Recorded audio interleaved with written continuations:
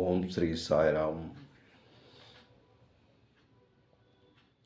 ఈరోజు మనం 53, 54 అంటే నిన్నటి వరకు 53 శ్లోకాలు మనం చెప్పుకున్నాం. ఈరోజు 54, 55 శ్లోకాలు, రోజుకి 2 శ్లోకాలు చొప్పున మనం చెప్పుకుంటున్నాం. అది కూడా భగవంతుని ఆశీస్సులు లేనిదే మనం ఏం చేయలేము. ఆయన ఆశీర్వచనములతో ఈ సంఖ్యాయోగం అన్నది దాన్ని ముందుకు నడిపించిన రథసారథి ఆ భగవంతుడే, ఆ శ్రీకృష్ణ భగవానుడే. ఆయనే ఈ రథాన్ని ముందుకు నడిపిస్తూ ఒక్కొక్క శ్లోకాన్ని అర్థమయ్యే రీతిలో చెప్పడం అవుతుంది. అది నాతో చెప్పించబడుతుంది. నేను నా ప్రయత్నం ప్రకారం నాకు ఎంత జ్ఞానాన్ని భగవంతుడు ప్రసాదించాడో ఆ ప్రసాదించిన జ్ఞానంతో నేను చెప్పటం లేదు, ఏది నాతో చెప్పిస్తున్నాడు ఆ భగవంతుడు. ఇది అంత సులభమైన పనేం కాదు. మీకు మొట్టమొదటి నుంచి నేను చెప్తూనే ఉన్నాను. ధ్యానం, జ్ఞానము అన్నది ఈ రెండును ఆ భగవంతుని ఆశీస్సులతోనే జరుగుతాయి. అయితే ఈరోజు మనం 53 శ్లోకాల వరకు మనం నేర్చుకున్నాం.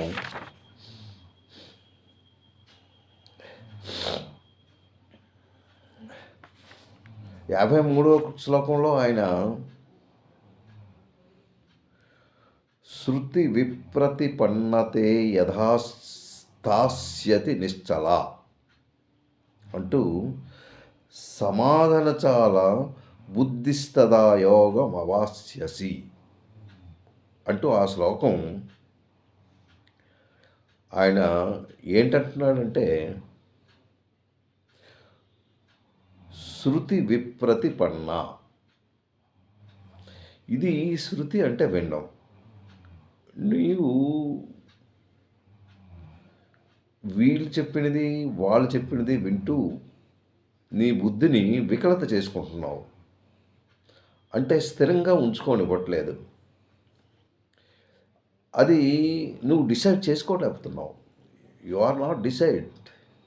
ఎందుకు చేసుకోవటం లేదు అంటే వాళ్ళు చెప్పిన మాటలు, వీళ్ళు చెప్పిన మాటలు, ఆ పుస్తకంలో చెప్పింది ఇది అది, నువ్వు అవన్నీ బుర్రలో పెట్టుకుంటూ ఒక స్థిరమైన పాయింట్కి రాలేకపోతున్నావు. నువ్వు అయోమయానికి గురవుతున్నావు. ఇది అవునా కాదా, అవునా కాదా. అయితే ఇప్పుడు నువ్వు చేయవలసిన పని ఏంటంటే, నీ బుద్ధి నిశ్చలముగా భగవంతుని వైపే ఉండాలి. ఎవ్వరు చెప్పినది నువ్వు బుర్రలో పెట్టించుకోక, ఆ తర్వాత నీ బుద్ధిని జంపింగ్ మూమెంట్లో చేయక, నీ బుద్ధిని ఓన్లీ భగవంతుని మీదే లగ్నం చెయ్యి. ఎప్పుడైతే భగవంతుని మీద నువ్వు లగ్నం చేస్తావో అప్పుడే నువ్వు యోగానికి గురి అవుతావు. ఈ యోగము అంటే భగవంతునితో కనెక్షన్. నీకు భగవంతునితో కనెక్షన్ ఏర్పడాలి అంటే నీ బుద్ధి స్థిరంగా ఉండాలి. ఫస్ట్ బుద్ధి, మనసు, శరీరం, ఈ మూడు స్థిరమైనప్పుడే నువ్వు ఆ పాయింట్కి చేరుకోగలవు. ఎప్పుడైతే భగవంతుని మీద నువ్వు స్థిరంగా ఉంటావో, అంటే భగవంతుని ధ్యానంలో ఉంటావో, భగవంతుని చూస్తావో, భగవంతుని దర్శించుకుంటావో, భగవంతుని నీ కళ్ళతో చూస్తూ ఒక పరమ ప్రాప్తిని, అంటే ఒక సంతోషాన్ని పొందుతావో, అప్పుడే నీకు భగవద్ దర్శనం అవుతుంది. అప్పుడే నీకు ఈ యోగాన్ని పొందగలవు. ఎప్పుడు నీవు భగవంతుడితో సంయోగం అవ్వాలి.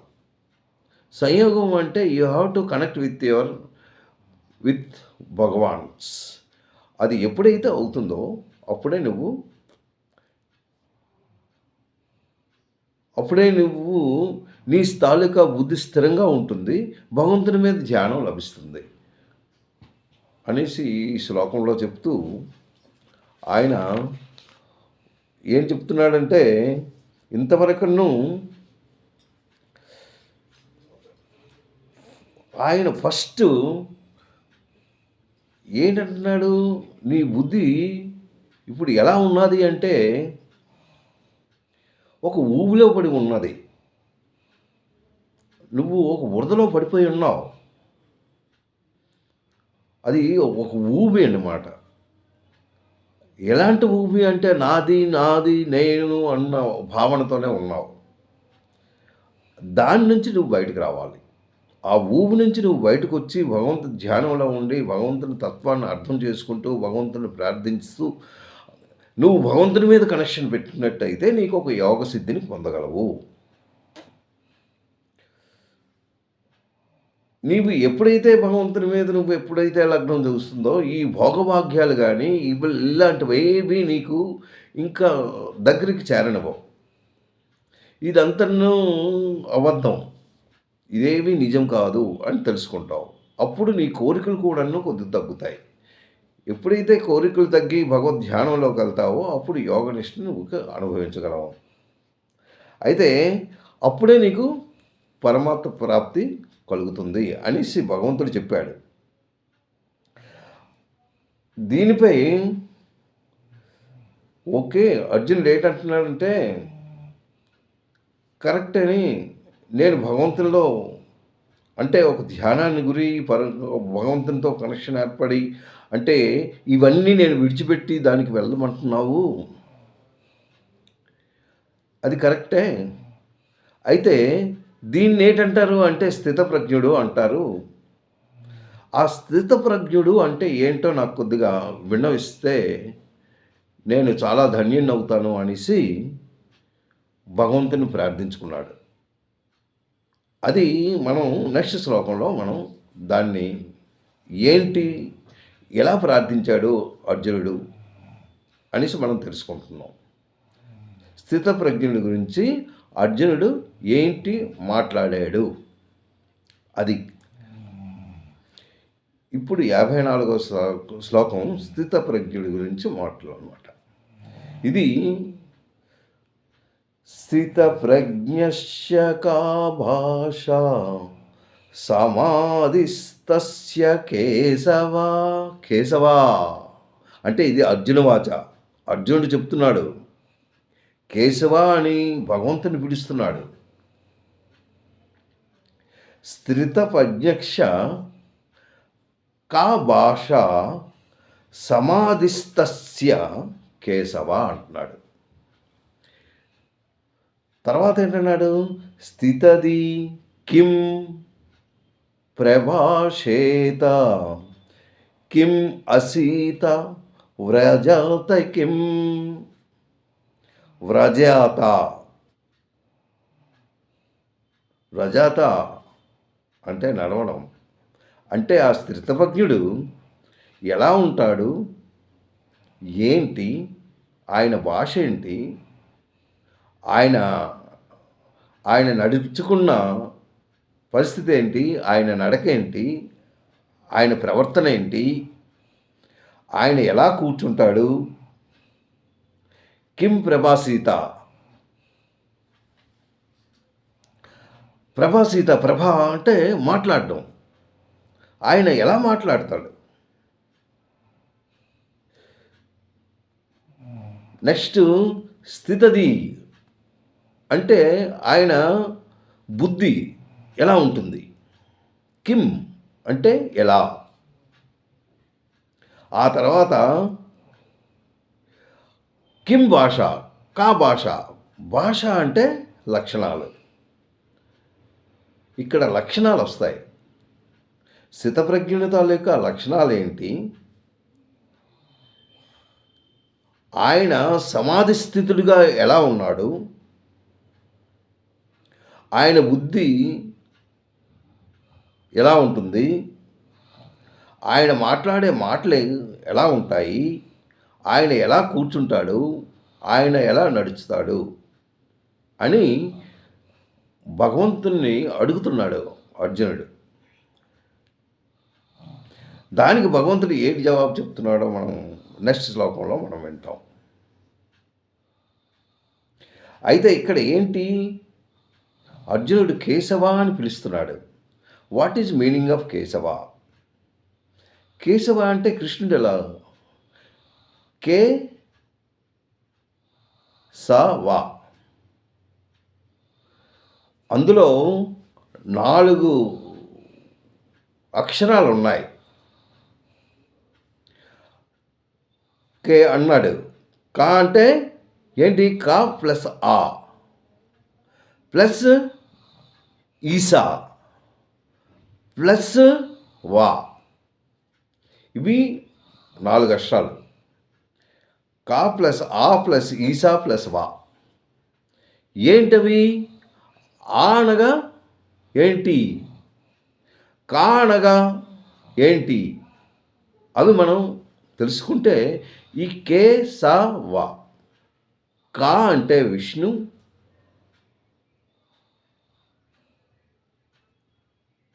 కా అనగా బ్రహ్మ, ఆ అనగా విష్ణు. బ్రహ్మ, విష్ణు, ఈశ్వరుడు, ఈ ముగ్గురు కలిశారు. బ్రహ్మ, విష్ణు, ఈశ్వరుడు, ఈ ముగ్గురు వా అంటే ఆ ముగ్గురు కలిసిన ముఖము. ఆ కృష్ణుడిలో ముగ్గురు కూడా ఉన్నారు. బ్రహ్మ, విష్ణు, మహేశ్వరుడు, ఆ ముగ్గురు కూడా అందులో ఉన్నారు. అందుకే అతనికి కేశవ అని పిలిచాడు.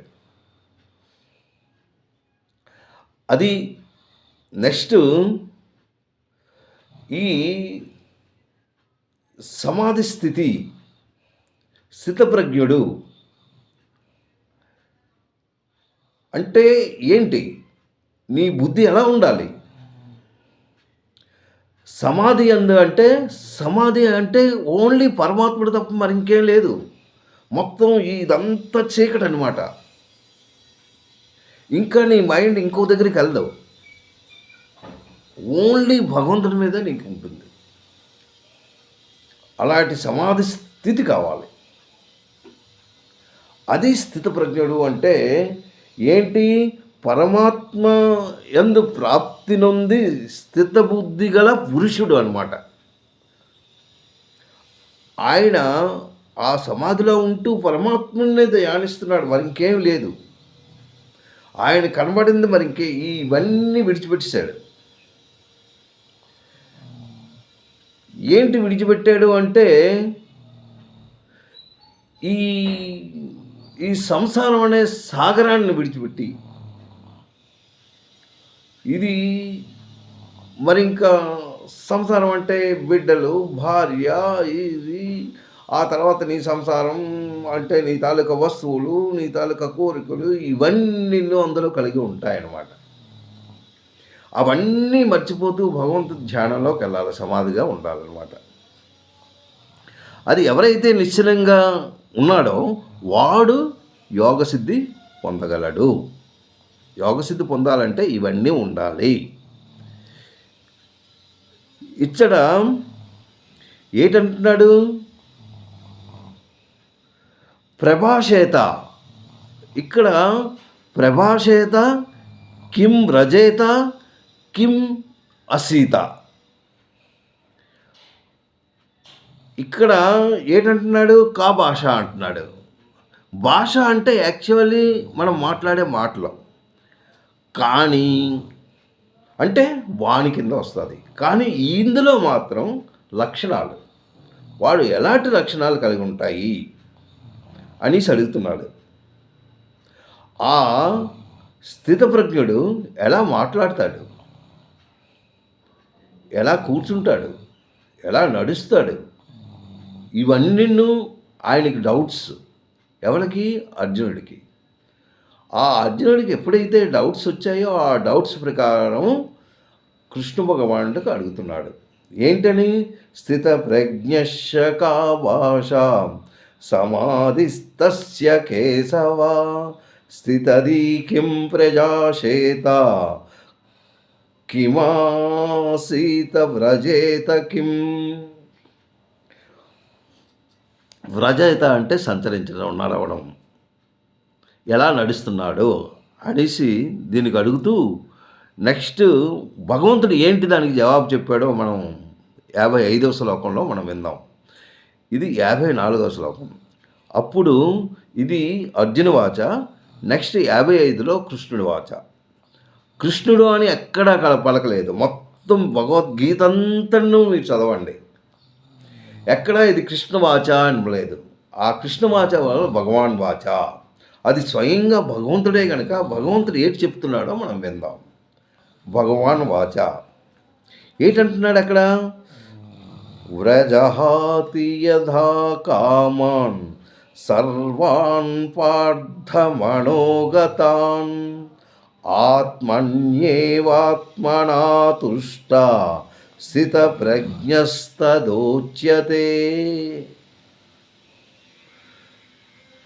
ఉచ్యతే స్థిత ప్రజ్ఞస్త ఉచ్యతే అంటే స్థిత ప్రత్యజ్ఞ ఉచ్యతే అంటే అనబడను. ఎవరికంటారు? ప్రజాహతి అంటే పూర్తిగా నువ్వు ఇంకా మనసులో ఇంకేం ఉండకూడదు.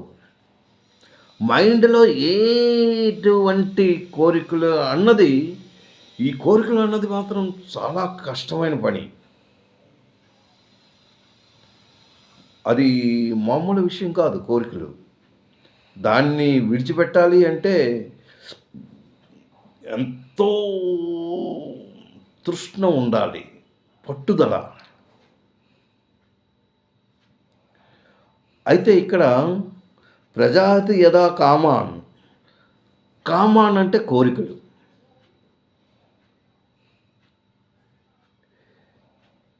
ఎప్పుడైతే యథా కామాన్, ఎప్పుడైతే నువ్వు కోరికలను సర్వాన్, కోరికలు మళ్ళీ మామూలుగా కాదు, పూర్తిగా నువ్వు విడిచిపెట్టాలి. నీ మనస్సులో అసలు కోరిక అన్నది ఉండకూడదు. మనోగతాన్, మనో అంటే మనస్సు, మనస్సు నుంచి ఆ మనస్సులో ఎటువంటి కోరికలు ఉండకుండా ప్రజాయతి అంటే పూర్తిగా త్యజించాలి, విడిచిపెట్టియాలి నీ కోరికలు. అంటే కోరికలు అంటే ఎన్నో విధాలైన కోరికలు. మానవుడుగా జన్మించిన తర్వాత కోరిక లేకపోతే ఏమీ అవ్వదు. ప్రతిదీ కోరికతోనే ఉంటుంది. ఏంటి ఆ కోరిక? మనం ఒకటి భోజనం చేయాలి, ఆకలేస్తుంది. అయితే అది ఒక కోరికే.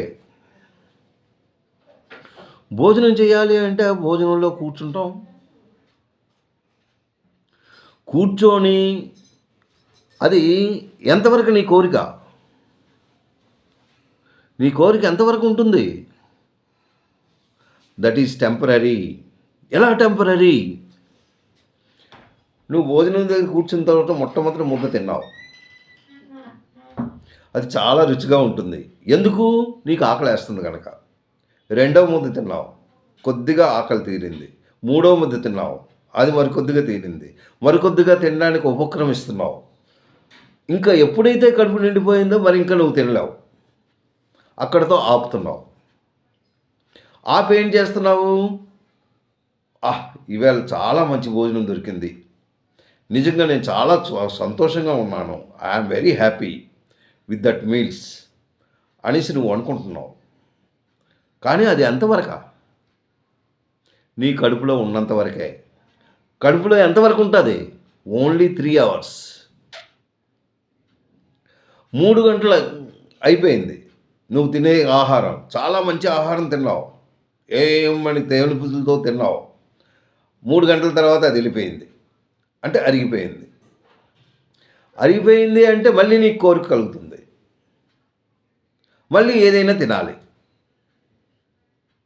ఇదేంటి కోరిక? It is only temporary, it is not permanent.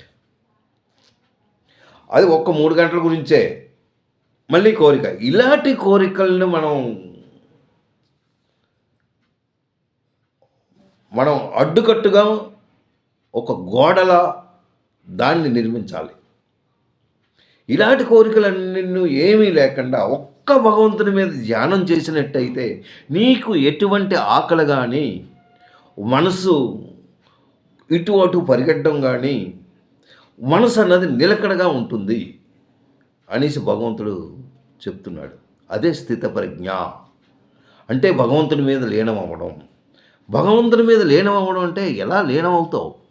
Is it possible? Okay, మీరు ట్రై చేసుకోండి భగవంతుని మీద లీనం అమ్మగలనా లేదా అని. ఎలా లీనం?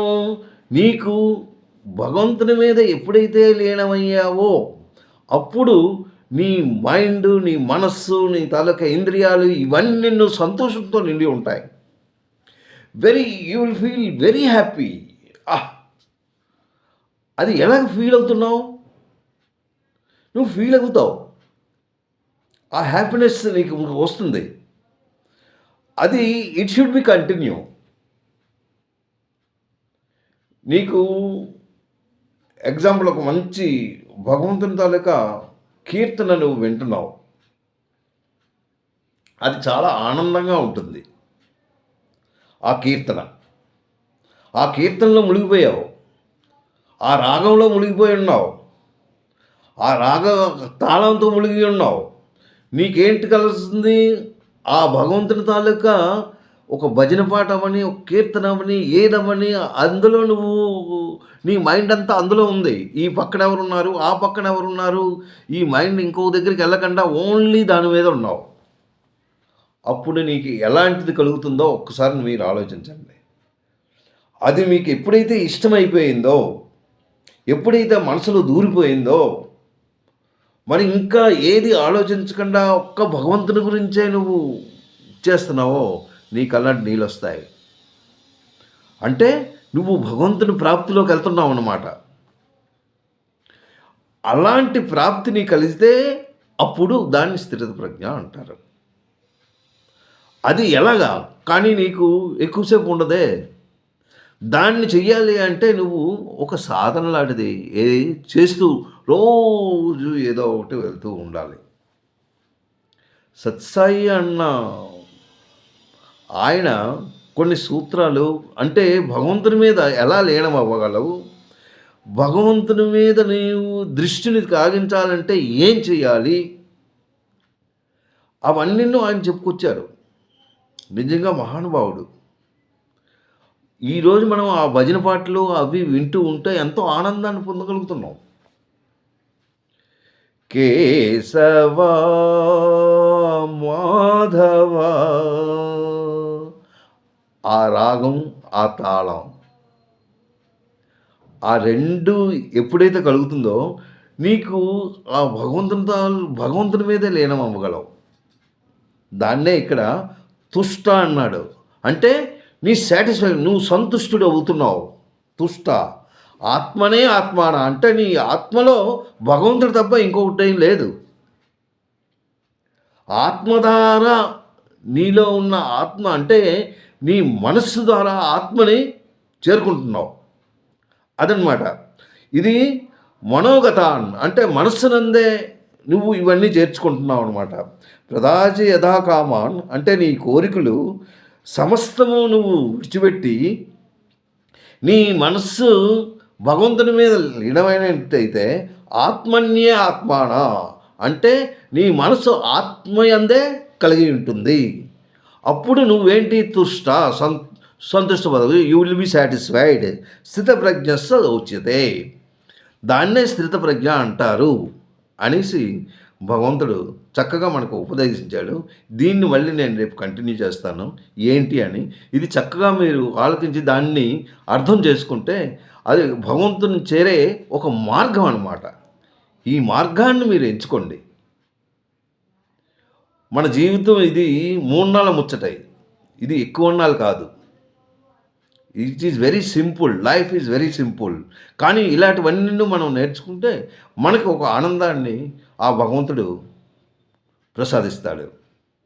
సాయిరాం. తప్పులుంటే క్షమించండి.